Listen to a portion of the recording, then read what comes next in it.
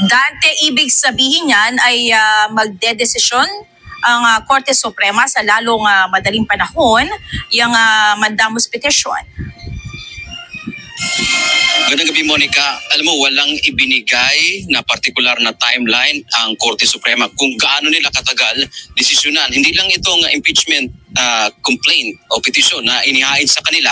Ang malinaw sa atin, Monica, nasa buong diskresyon ng Korte Suprema kung kailan nila ilalabas ang kanilang desisyon.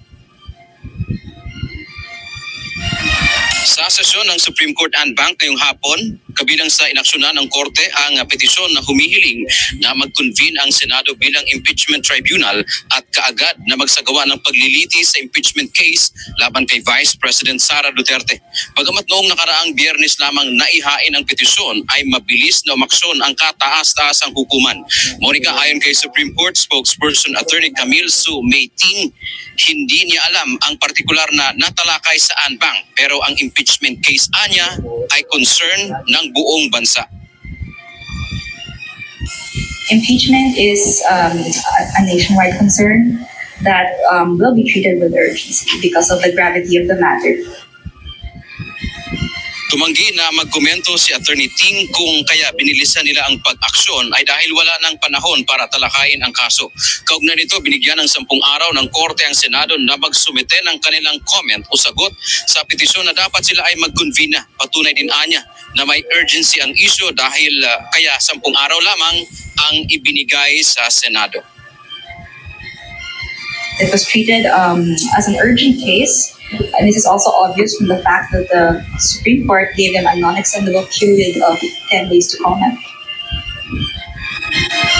Higit isang linggo nga, Monica, matapos makarating sa Senado ang kasong impeachment laban kay VP Duterte, naghain ng petisyon si Attorney Catalino Hinirillo Jr. sa Korte Suprema noong nakaraang Biyernes. Sa kanyang petisyon, sinabi nito na ang salitang forthwith sa Article 11 ng Konstitusyon ang ibig sabihin ay kaagad, madalian o walang antala.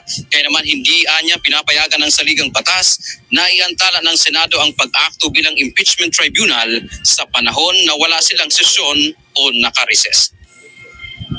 Monica, kabilang din sa natanong kanina sa tagapagsalita ng Korte Suprema kung pwede ba na mamagitan ang Supreme Court pagdating sa impeachment case, considering na ang Senado ay isang co-equal branch ng judiciary. Ayon pa kay Attorney Ting, pwede silang mamagitan alinsunod sa konstitusyon kapag mayroong pag-abuso sa diskresyon ang isang sangay ng pamahalaan tulad ng Senado. So isa yon sa titingnan nila, Monica, kung nagkaroon ba ng grave abuse of discretion ang Senado bago sila maaaring mamagitan dito sa issue ng impeachment case laban sa ating pangalawang Pangulo.